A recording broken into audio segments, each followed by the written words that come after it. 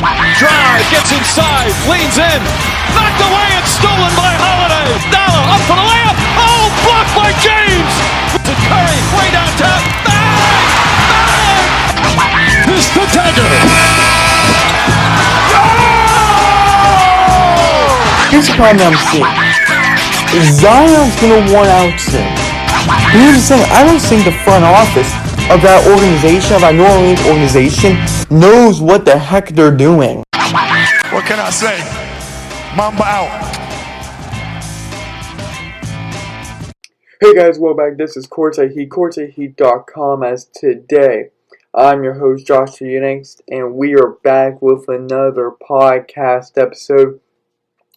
As we are now 9 days away from Thanksgiving and a month from the countdown of Christmas. And also a month down from the Christmas basketball games featuring the Warriors and the Suns. It's been a crazy weekend watching not only football, but a lot of it being basketball. And just seeing, in particular, my Phoenix Suns. Because on Sunday they beat the Rockets. And you saw them beat the Grizzlies. They were on a 9-0 winning streak. On a 9-game winning streak. We've seen so many injuries happen. There's so many new trade rumors. We covered that on the website. As we have some great announcements to talk about. But to get everyone caught up, right now, DeAndre Hunter is going to be out for 8 weeks due to a surgical procedure that needs to be done on his wrist. He's going to be out for 8 weeks. That's non-negotiable. It has to be that way. Then Manny Bates, injuries are plaguing him once again. So that's not going to be good. We have that live on the site. And then Drew Time posted new career highs for the Georgia Bulldogs. Go check that on the site. And also, as we report on CourtSideHeat.com, Damian Lillard was a no-go for yesterday's game against the Nuggets. Sadly, the Nuggets lost. Let me actually check if I... Yeah. No, I'm sorry. The Nuggets won. So sadly, the Portland Trail Blazers lost, but the Nuggets won. Either way, I'm happy, as Damian Lillard's just day-to-day with abdominal strain. But you know what, guys? As the countdown keeps on going for the holidays, I was actually thinking about this. When we get to both the podcast will come back up on December 1st. So hold on, because they're taking the 24th throughout the weekend off. Off, right? Because it's Thanksgiving break. So starting next Monday, we will be having our theme song of Christmas music. Because now we're going to incorporate Christmas. The time is here. It's a great time to be alive as Christmas is coming. Shopping is being done. Families getting together. Thanksgiving is coming. Don't want to skip past that. That's only 9 days away. As we have so many good promotional deals going on. Remember, use code CHRISTMASCHEER to get 40% off when you spend $30+ on our CourtSideHeat.com store. Check out Macari. We have so many new things happening there. It's crazy if you think about it. It's crazy. I don't know how we transition to this, but it's crazy when you think about it. How fast the year's gone, where we came from the NBA Finals to now going into our 5th week in the NBA. If you think about that, that is truly amazing. We were waiting for the offseason to be over, which was a few months. Now, we have ourselves a week 5 matchups everywhere. If you think about it, that's pretty cool. So real quick, guys, before we jump into today's podcast episode on this bright, cold, early Tuesday morning here in Arizona. You can find us on social media at CourtSideHeat and Twitter.com/CourtSideHeat, Instagram.com/CourtSideHeatNBA, Facebook.com/CourtSideHeat, Tumblr.com/CourtSideHeat, and Snapchat.com/CourtSideHeat. We have it all there. Or if you guys want to make it easier for yourself like I, just search up Courtside Heat on Google. We have our Google My Business page up, so now you're able to get all of the podcast links, all of the social media links, our website, our everything. Or just go to CourtsideHeat.com and just click on the connect with us. Boom, bada bang, you'll have our top social media that we use every single day. Quick announcement, if you guys did not get a chance to see it on our YouTube account or Rumble account, we have came out with a documentary. I announced it on the podcast not too long ago. It was actually this past Wednesday? I apologize, this past Thursday, where I pointed out you got what you wanted. As I am now, CourtSideHeat's unveiling their first ever documentary. And it's Isaiah Thomas, the 60th pick, where we're going to be uncovering the untold truths of this man's career that makes him what we never deserved. We will be going in depth, taking you through all these different perspectives, through all these different avenues, that plainly tells you that the biggest secret was never a secret that could actually save your team. We have the teaser trailer out right now.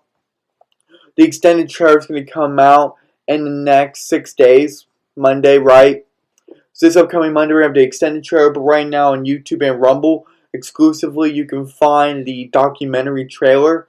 We are excited to announce that. We're going to be getting that on the site today. Hopefully today, tomorrow, telling you what this documentary is going to be about. We're excited. We're going to take you through one of the greatest comeback stories that's going to ever happen. How he's battled through a lot. For all the memorable moments of his career.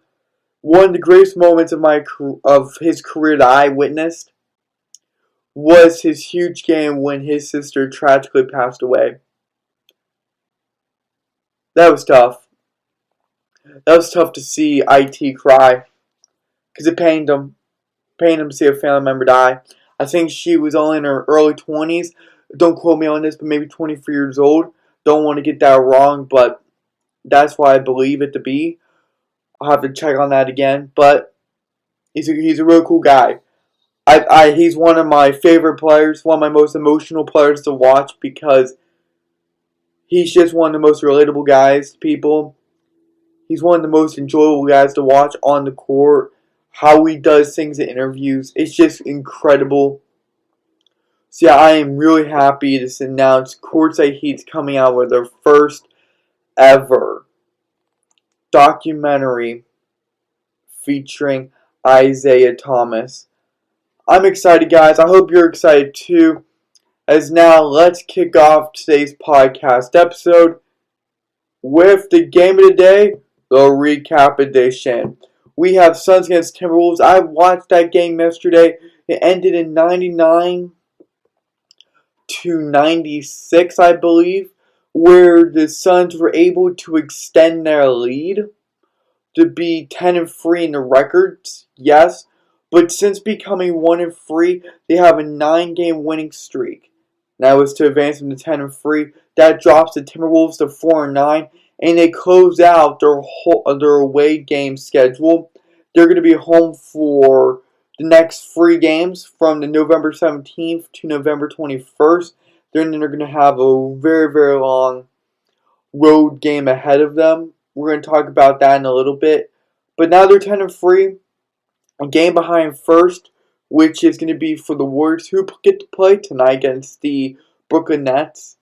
But yes, this game is the recap edition. It's made the list because Chris Paul ended with 21 points, 8 assists, and 3 rebounds, but he had 19 points in the fourth quarter that generated the closeout of this game to seal the deal for the win.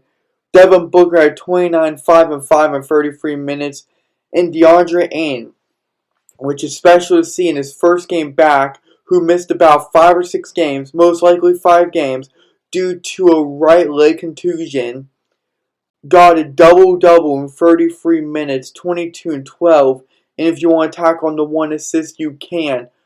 This team played amazingly. We saw what this lineup could be because one of the notes that I have from the game, late in the fourth quarter when they were trading shots back and forth and the Suns were starting to get a grip back onto this game, starting to get a tight grasp,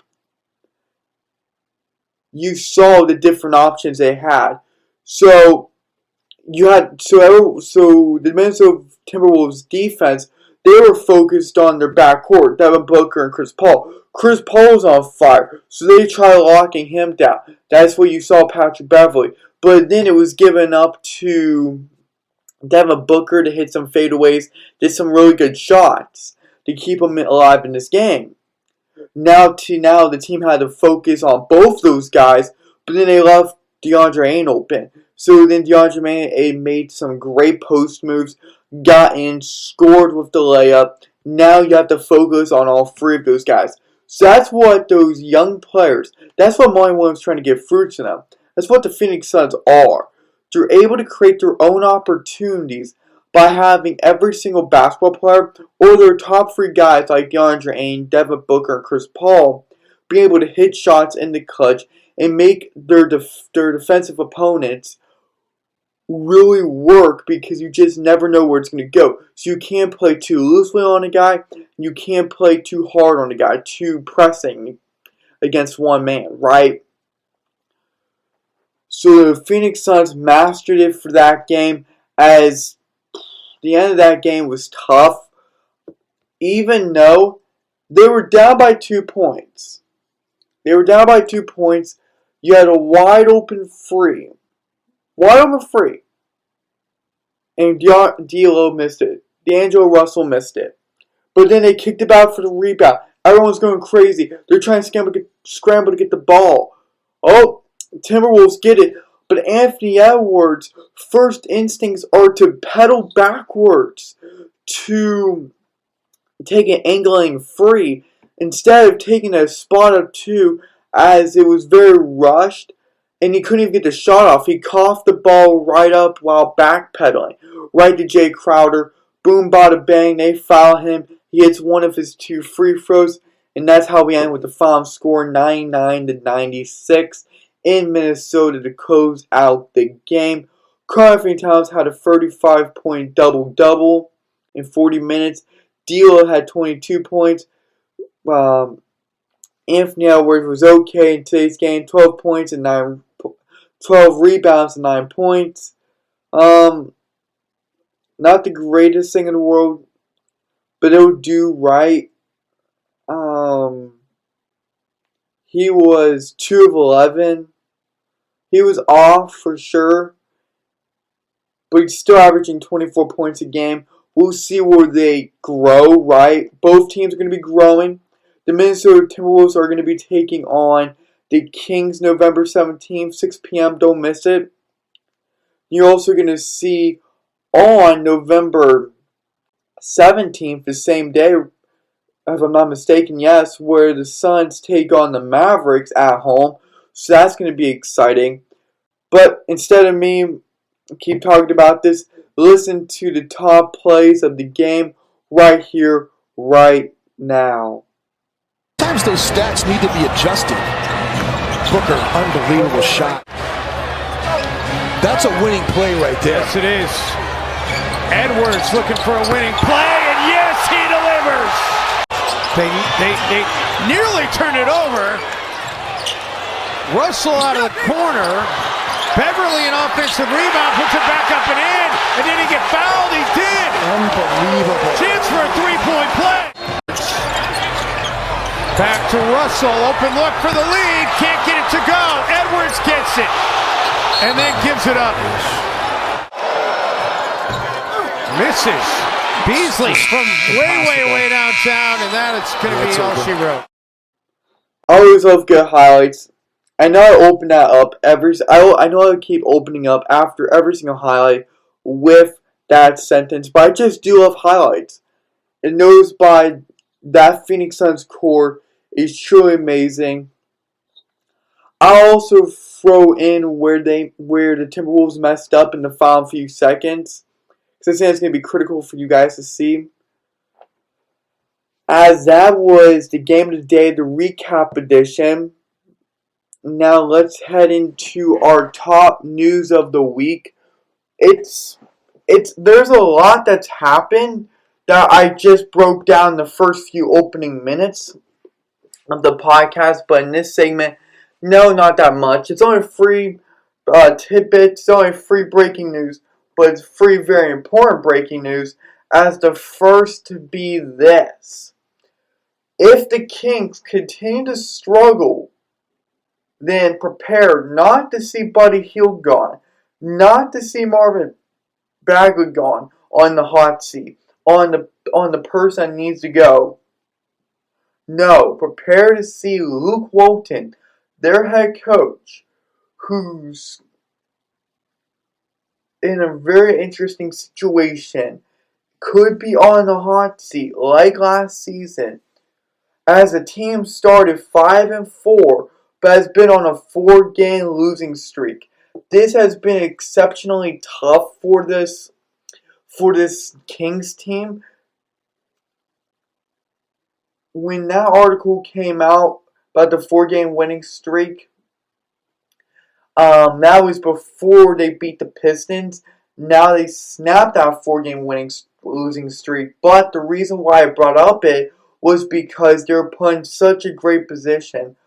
5-4, but then you lose your next 4, and now you're like, oh, that's not good. So this could be very interesting. The Kings are looking like they want to not only get rid of Buddy Hield, potentially, and most certainly Marvin Bagley, who was a former second overall pick back in the 2018 NBA draft, where it went DeAndre Ayton, Marvin Bagley, Luka Doncic, right? But it's also like they want to remove their head coach. But I don't know why.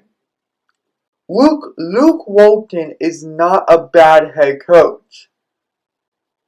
He's not a bad head coach. Luke Walton's job should not be in jeopardy because the Kings like to move off of players, or they just want to keep going in and out of different players and making Luke Walton's life miserable. Because it's not his fault that they're doing so poorly this season. Sure, would you like to see different things happen? Sure, but it's not his fault. But why am I saying that? Why would I be saying that? The reason why I'm saying that is because Luke Walton got that team to 31-41, but now wants to remove them. Even though it was a losing record, they were still doing very well. And that was with all the drama last season with Buddy Hield, with Marvin Bagley, underperformance, kind of overperformance. De'Aaron Fox have been poorly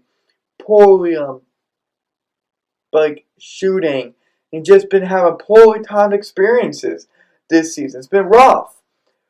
Harrison Barnes been on and off. Like, there's only so many things that one head coach can do. Marvin Bagley's been benched.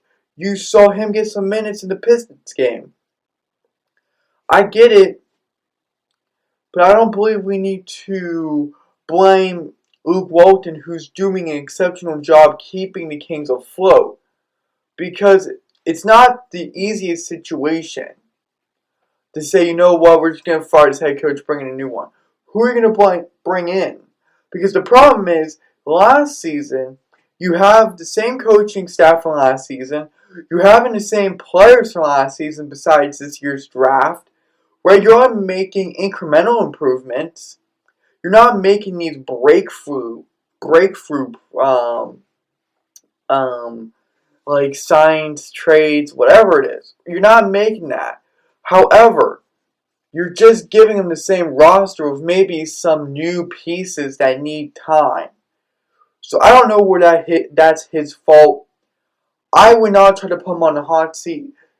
If you do, I wouldn't see the Kings getting off of him.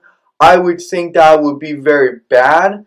I don't think that would be right, but it just depends what that organization wants to see out of their head coach, who before his contract is over, going to be making $11.5 million. Because Luke Walton is not bad. I'm trying to pull up his coaching stats. It should be coming up soon.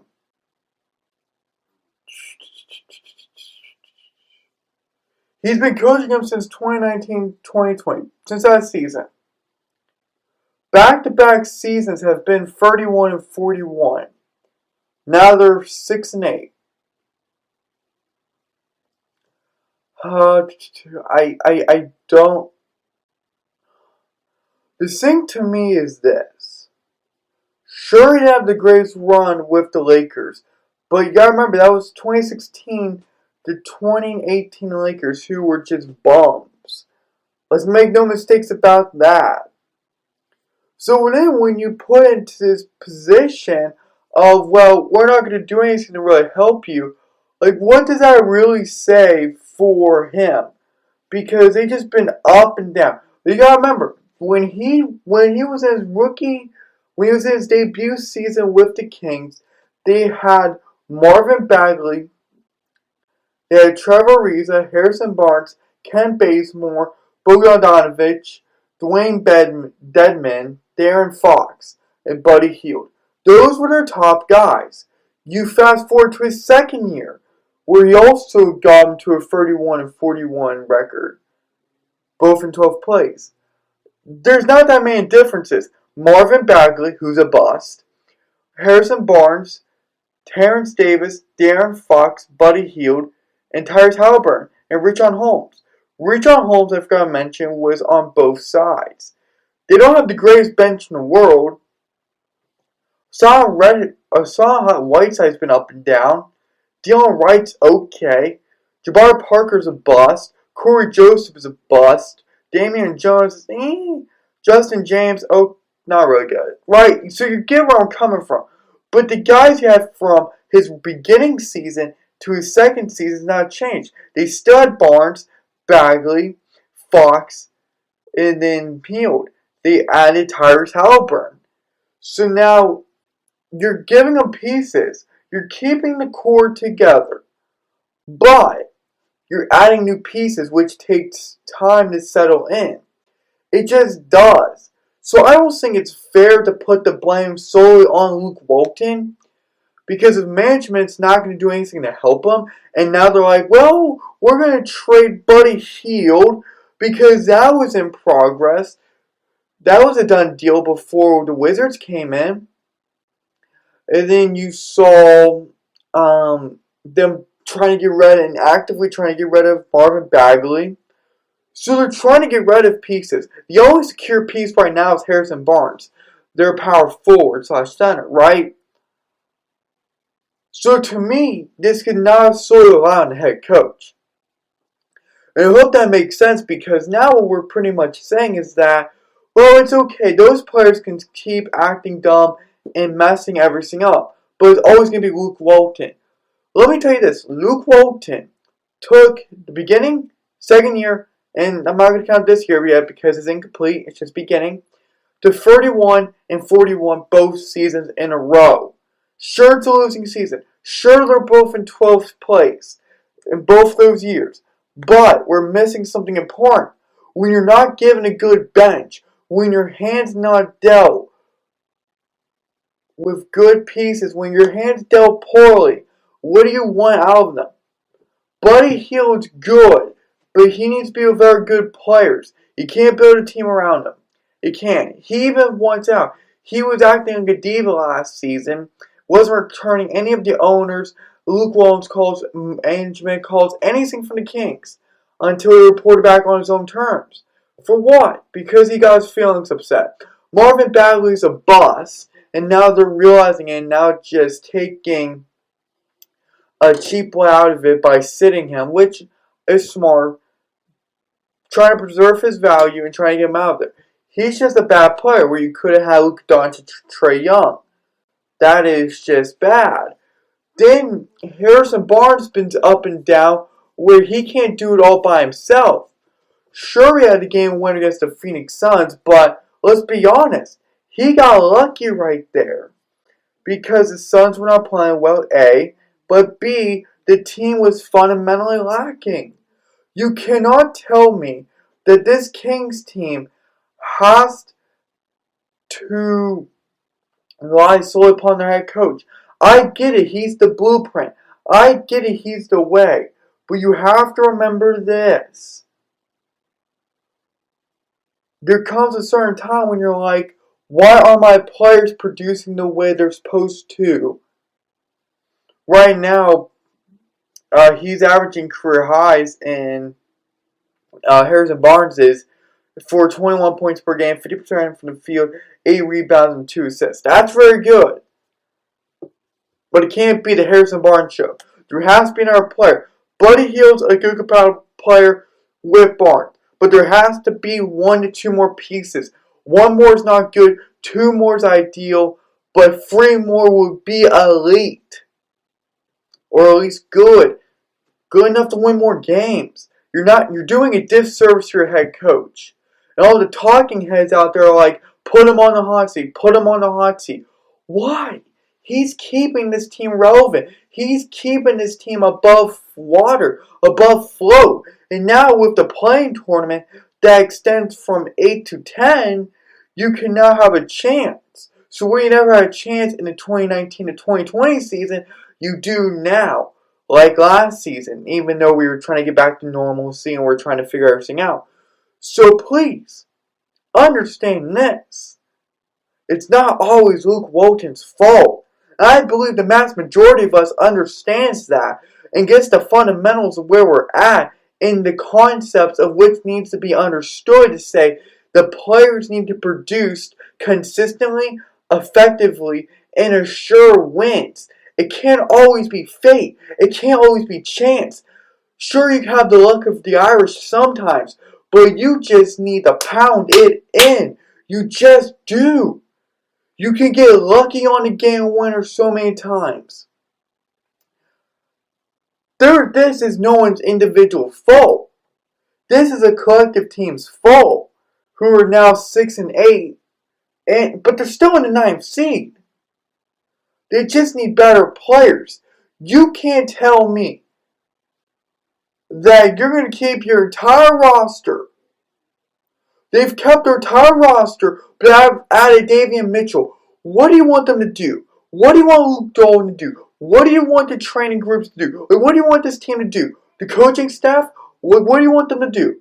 Train Davion Mitchell within a few games where he's going to be this elite player and Marvin Bagley the third never was? Hate to break it to you, Bagley's a bum and you messed over your second overall pick. That's just basic.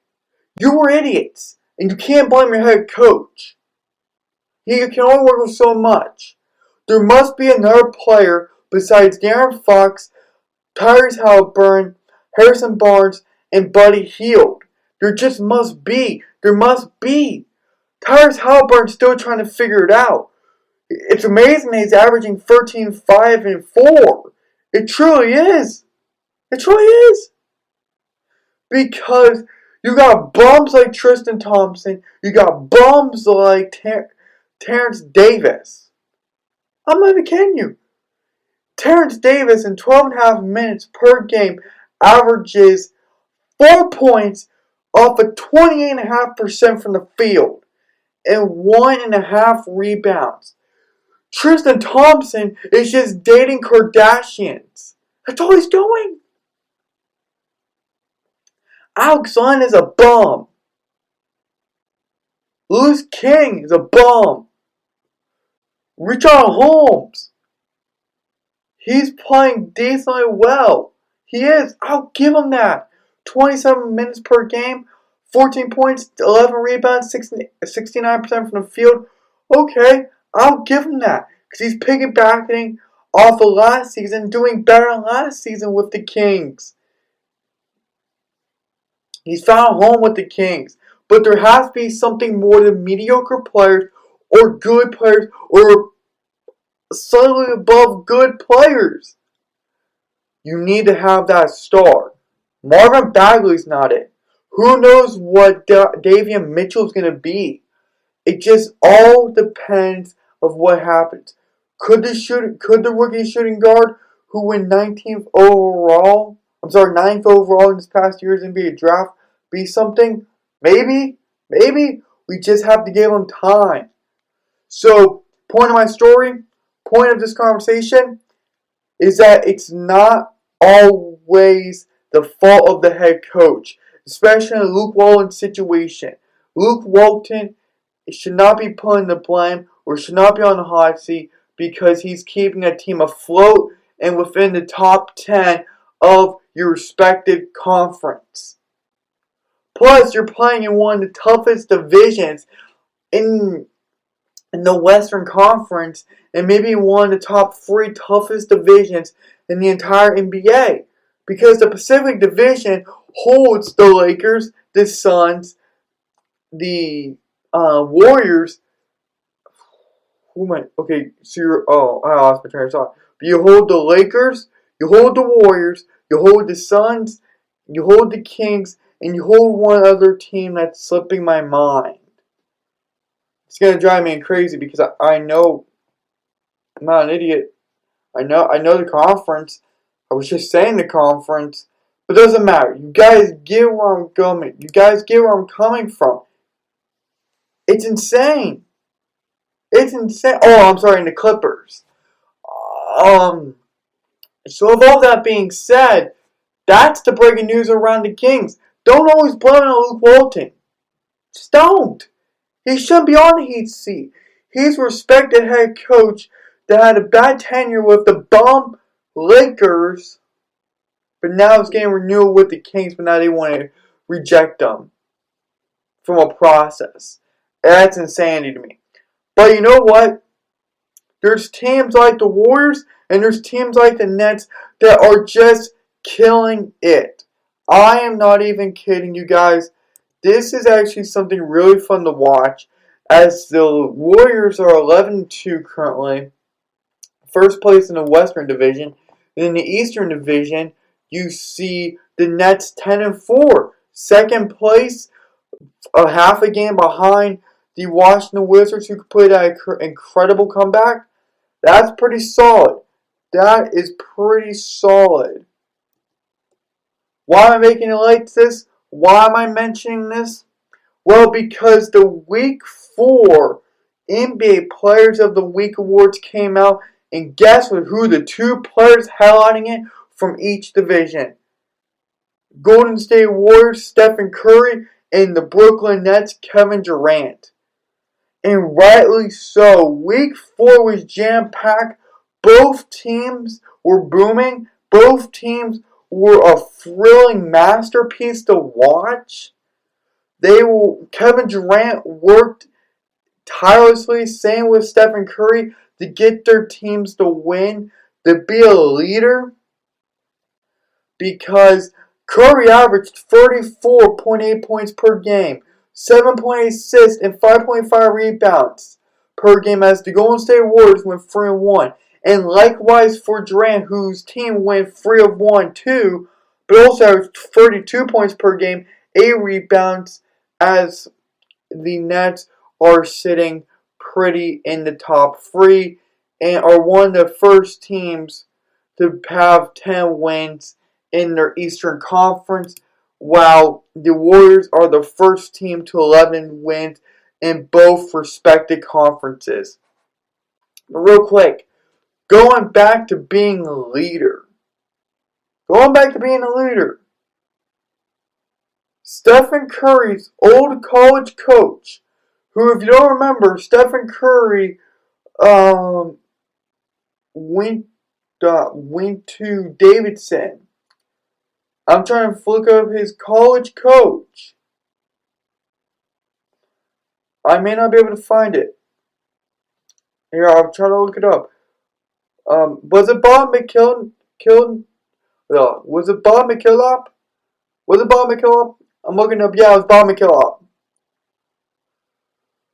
Bob McKillop said this. He gave signs. He gave gestures that Stephen Curry's old college coach, Bob McKillop, says he should run for president because of how well he is of leading. That says a lot. That says a lot when you're praising your former Davidson star, the small guy out of Davidson that people were not too sure on, that could have been counting him out. That's a lot of praise. Could he be a great leader?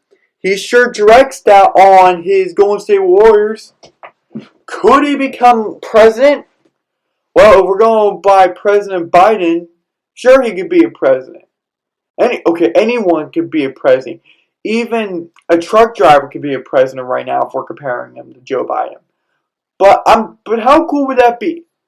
To see President Curry, not of the NBPA, not of anything within his team, but President of the United States of America, Stephen Curry. Man, that actually sounds pretty cool. Just imagine that.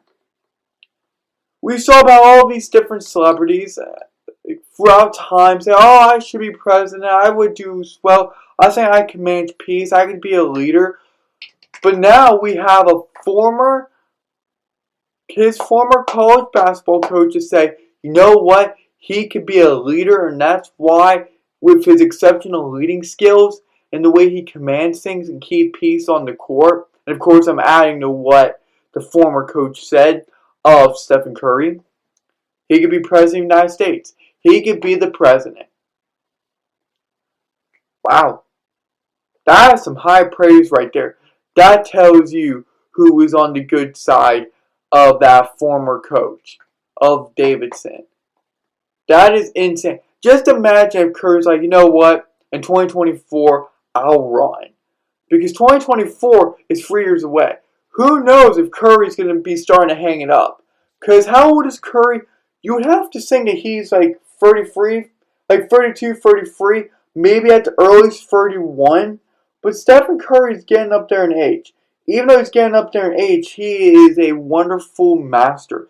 He is a wonder of works, as he is 33 years old. Okay, so by the time 2024 comes around, he's going to have so much money, it's crazy, and he could be in position to run for president.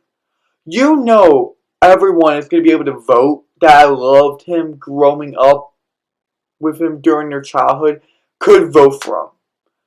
Because how much does... It just depends who runs in 2024. Heck, Kanye West tried running for president, and people actually voted for him. So imagine actually having a real leader when speaking out of Kanye or Stephen Curry, of course. I'm trying to look up Stephen Curry. I'm just trying to look up how many social media followers he has.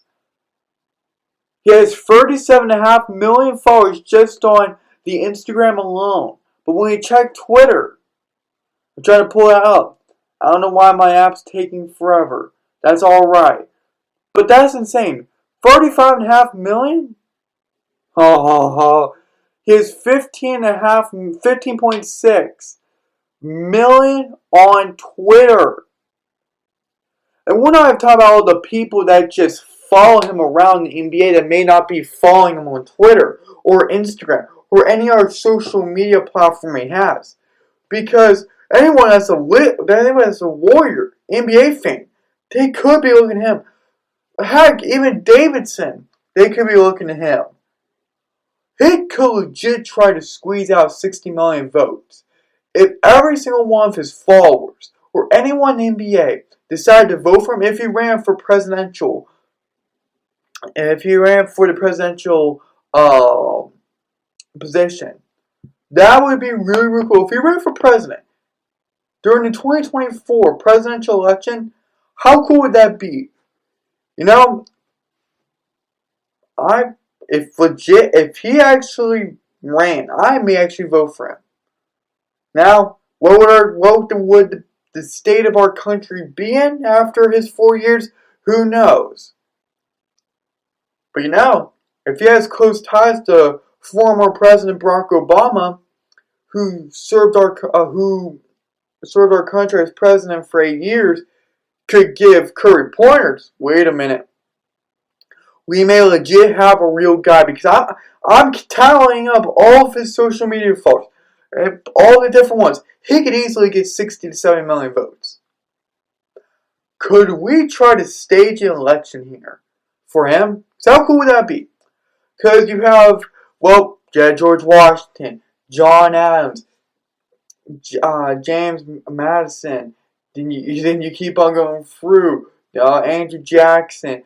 Time periods keep going on. Andrew, like all these different guys, like Abraham Lincoln, Bill Clinton, Ronald Reagan, Jimmy Carter, Gerald Ford, Lyndon B. Johnson, Rutherford, Donald Trump, Joe Biden, Barack Obama, any one of the Bushes. I'm just saying. Then you have the new 47th President of the United States, Stephen Curry. I don't know. From a basketball perspective, that would be pretty cool.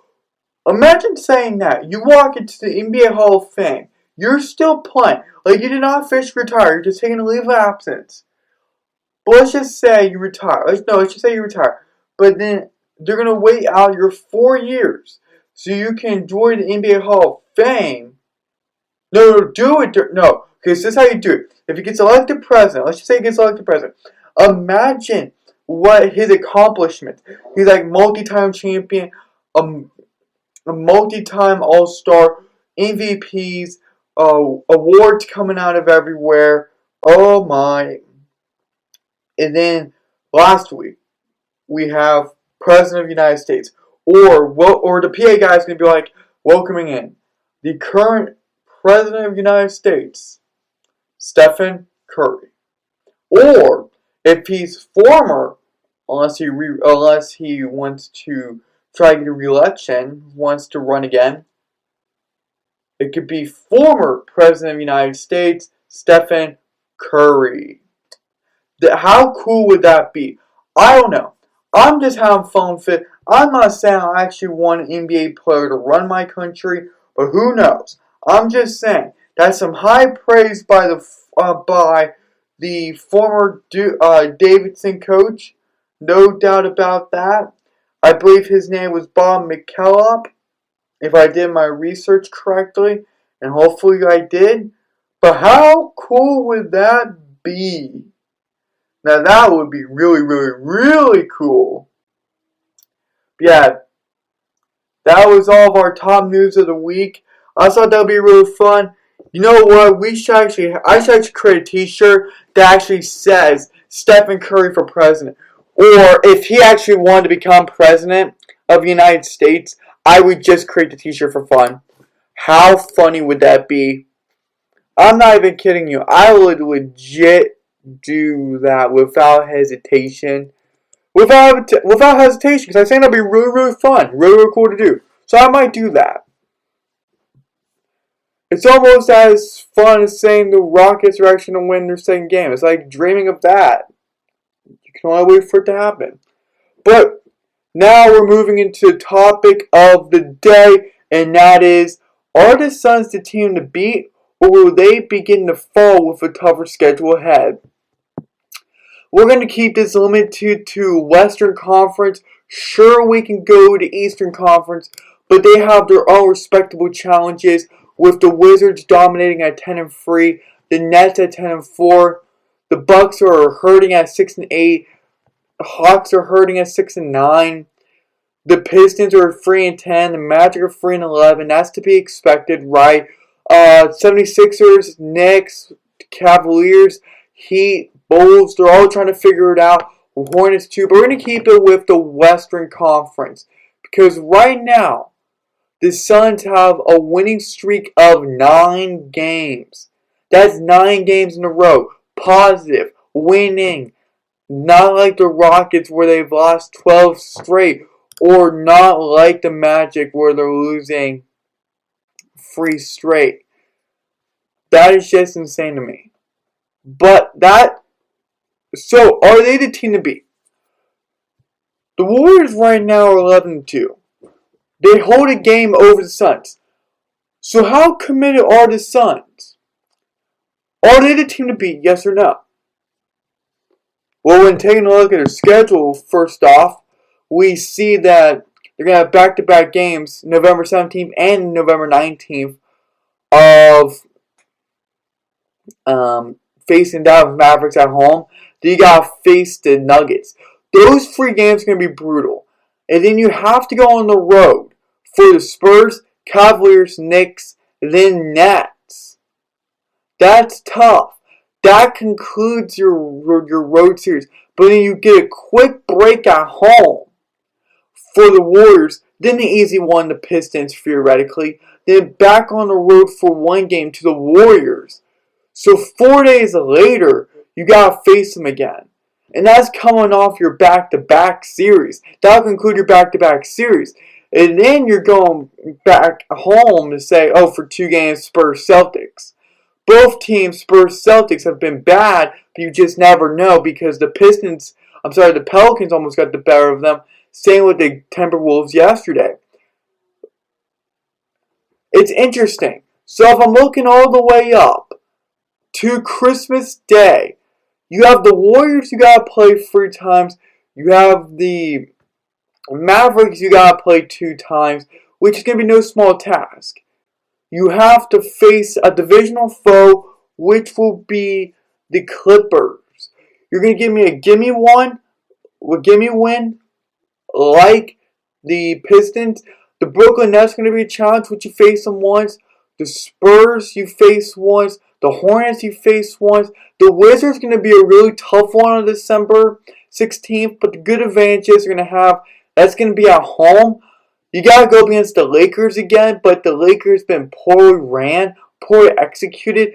Their efficiency, their guys are always getting fatigued and always getting burned down, frustrated, which is not a good sign, which we will be covering in our podcast episode after they take the floor again. But then they're going to play in Los Angeles, which is going to be tough. Los Angeles, California, that's going to be tough.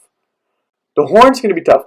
So the gimme ones, here are the ones I think are going to be gimme ones. The Pistons are going to be 1. The Spurs are going to be number 2. The Thunder are going to be number 3. And the Grizzlies are going to be number 4 if we extend it out to December 27th. Do I think the Thunder could be legitimate ones? They could. Because the Thunder are 5-7 currently. They're trying to get into the play-in tournament. If everything ended, they wouldn't get in. But they're still trying to. They're 5-5. Their past 10 games. That's about last 10 games than the Trailblazers, the Kings, the Timberwolves, the Spurs, the Pelicans, and even the Rockets. And that's just in the Western Conference. Let me just point out, the Rockets are 0-10 in their last 10 games. They're on a 12-game losing streak. You are pathetic. But back to the Suns. This is going to get interesting. I think the Suns are the team to beat. If they get past this homestand. I don't think they're going to always keep this winning streak. I think they're going to get to double digits. I think they're going to get to like 11 to 12 wins. And then they're going to fizzle out that winning streak and come back to earth. I think they're going to lose their winning streak either... Oh, that's tough. I think they're going to lose their winning streak against the Nuggets or the Nets. I think they can take care of the Cavaliers even away without Colin Sexton. Even though the Cavaliers are holding up on their own and the veterans are coming. Everyone's coming together. They're rallying together. The youngins and the old people. Or the veterans. It's going to be interesting. These are going to be tough matchups. The Mavericks are going to be tough matchups. But the one thing we're going to have advantage of is home court advantage. The fans are going to be in our corner. That's going to be what the Phoenix Suns are hoping for. Without doubt. But it's going to be tough. With Porzingis, with Luka, with Hardaway, with all these different guys. It's going to be really, really crazy. The Nuggets are also going to be tough. Jokic is going to be tough. The reigning MVP. Greg Popovich team, I think we could take care of on Monday. Next Wednesday, I think we could take care of November 24th, the day before Thanksgiving. I think we could take care of the Cavs. Black Friday, I think we could squeeze one out against the Knicks. I don't know. I think one of the possibilities, we can lose the game to the Mavericks. Or, since we caught fire, we can revert back to our NBA bubble days and just beat the Mavericks twice. We went an 8-0 run in the bubble. I think the Nuggets we're going to beat. I truly do believe that. So why am I explaining it per the record? I'm not going to give this team the due of, well, are they the team to beat? Then you can say that about the Wizards, you can say it about the Warriors. But what's unique about the Suns will make them really credible and really the team to beat in the Western Conference alone would be getting past this tough schedule. Now, since we're playing this entire schedule, if they get past this tough schedule with a semi-winning streak and they don't collapse, they're the team to beat in the entire NBA. That is just point blank. They may have problems with the Warriors. If they beat the Warriors 2 or 3 of the times that they play, twice at home, one away, and once in a home game in a 4-day stretch, they're the team to beat in the East. That is just a fact. Or I'm sorry, the West. If they beat the Brooklyn Nets, they're the team to beat. Similar with the Knicks. They're the team to beat. Divisionally, if they beat the Warriors, and they beat the Clippers, and the Lakers like they've already done, they're the team to beat. And divisionally. It just is. Because Chris Paul's revving back up. Devin Booker's revving back up. DeAndre Ayton's getting back into the flow. Everyone's revving up and they're ready to get started. That's just point blank. That's just point blank. It is. It just is. So they're not going to be the team to beat until they can prove to their fan base, the entire NBA, and to opponents everywhere that from November 17th, the next game at home against the Mavericks, all the way to December 25th, which is going to be it's going to be kicking off their second game at home against the Warriors. And then I would deem them the team to beat. Because that's going to be grown. That's going to be a month. If they can get past this month, they can do it. They're going to have games that they can take a break on, but not that much, like the Pistons and Spurs. They get to face the Spurs twice.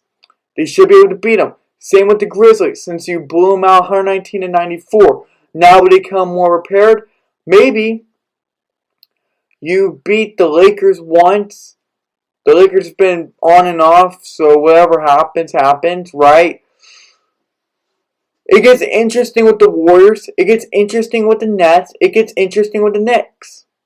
Just does. The Wizards are going to be one. If they hold up, they're going to be interesting. The Blazers are going to be interesting because the Blazers beat them 134-105 on October 23rd. But on November 10th, the Suns won. They're not the team to beat until they can show that they can be on fire still after a month and after a month of a tough schedule. The reason why I'm giving a month because afterwards they're going to have some easy ones again, like the Grizzlies, like the Thunder, like the Pelicans. You're, of course, going to mix in the Celtics, Hornets, and Heat. Raptors should be a good one. Pistons, again, they got to beat. That's a team to beat. You don't lose to the Pistons. You should be able to beat the Spurs. You should be able to beat the Pacers. So you got gimmies. You got to be able to beat the Timberwolves. So I'm looking at this entire schedule. It's like you should be able to beat this entire team without fail, without question. And I 100% believe that. From November 17th to December 25th, so a week before Thanksgiving, and right at Christmas Day, they should be able to do it. The tough ones, are you ready? Is going to be not the daybreak ones, but the back-to-back ones. Because, well, in theory, you got the Nuggets. Then you got to go against the Spurs. And the Nuggets one finishes out your home stand. So then you got to travel less than a day to the Spurs. Try to get some training, try to rest before your 6:30 matchup. So you'll have about 24 hours, give or take, just to rest. Just to get ready. That's insane. That's insane. And then you go over and you take your rest for 2 days. Then you play the Cavaliers away. Take 2 days off. Then go play the Knicks. And that's all away. That's in New York. That's in the Mecca, Madison Square Garden. And you have to go play the Nuggets 24 hours later. It's crazy. And then you gotta do it with the Warriors. And you're gonna be meeting the Warriors again in 4 days. And then you gotta go meet the Celtics, who could be a completely different team. Then you gotta go meet the Clippers. Then you gotta go meet the Wizards. Then you gotta go meet the Lakers, the Warriors again. That is just insane. Like, that is insane, guys. So for this question, they cannot be the team to beat until they prove that in a month they can still be one of the top three, if not the reigning Western Conference teams. And even the entire NBA. I wouldn't be surprised if they were to knock off the Wizards, the Warriors 3 times in a row, or at least 66%. I wouldn't be surprised. I wouldn't be surprised if they beat the Mavericks twice. It's going to be tough. These games are going to be tough. Even the games you think will be a walk in the park, a piece of cake, I don't think so. I just don't think so. That's my opinion for sure. But that's why I think we can beat. Because right now we're 10-3. But we've been given easy games after starting 1-3. True. After the Kings game, we were able to beat the Cavaliers, which was no small task. But after that, we had the Pelicans, which we had to fight back for. But going by record, Pelicans, Rockets were easy. Hawks were easy in some respects. Kings we beat. Trailblazers we beat. Then the Rockets again. And the Grizzlies. And now the Timberwolves. So while it's been a calm, maybe good's not the right word to use, but calm. They have been having a calm first 13 games, or 9 games, after going 1-3. This one's gonna be a little crazy. This one could be up and down. This is gonna test the severity of how well the Suns perform under stress, under frustration, under lack of rest. This is going to test whether you can go up against a good team and still perform high, and when you go up against a bad team and smash their brains out. But like I said, they're not the team to beat until they can show everyone that they are after December 25th. That'll be a month in about 8 days. Okay, right? That's what we're getting at. A month and 2 weeks. Oh, a month and a week and a day. 1-on-1. So guys, that was the topic of the day. But now we're going to get something really fun. Even though we can't get any more fun than what we're already getting. Because when you talk about the Suns, you always have fun. Even if you hate the team, you always like them. But game of the day to watch out for? Warriors, Nets. We were just talking about this. We were talking about the Nets they had to face soon and the Warriors they had to face soon. Actually, they're going to be facing them 3 times this upcoming month. But Warriors against Nets are going to be a really, really fun game. The Warriors are 11-2. The Nets are 10-4. The Warriors definitely got the 2-game advantage on them, or 1.5, however we're calculating it. They got that advantage on them. There's no Kyrie, remember. But the Warriors are looking stronger. But like we've mentioned, Curry did what Curry had to do for his team, and Kevin Durant did what he had to do for his team. Both went 3-1 in Week 4. It's going to be very exciting. I'm actually going to take the Golden State Warriors. I bet against them against the Bulls. I guess it's going to be different players, different matchups, different scenarios, different ways we're going to look at this game, and the very outcomes that could happen. But I'm going to take the Warriors, who's having a percentage of 846. They've been gold. I'm not going to count against them.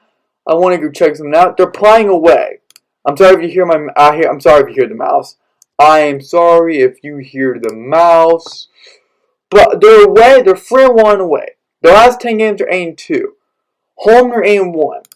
The Nets are 4-2 at home, 8-2 the last 10, and they're on a 3-game winning streak.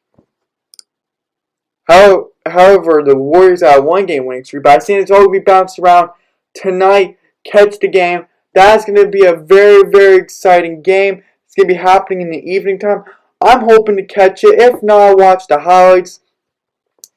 Thank you guys for staying around. Thank you guys for listening to today's podcast episode. I had fun. We're counting down the holidays. Remember, next Monday, the extended trailer out on the documentary will be happening. But also, Christmas music will begin. Or Thanksgiving music, if you want to blend the two, will be beginning. Thank you guys for listening to today's podcast episode. And I'll see you on the next episode, which will be Wednesday morning, 8 a.m. Don't miss it.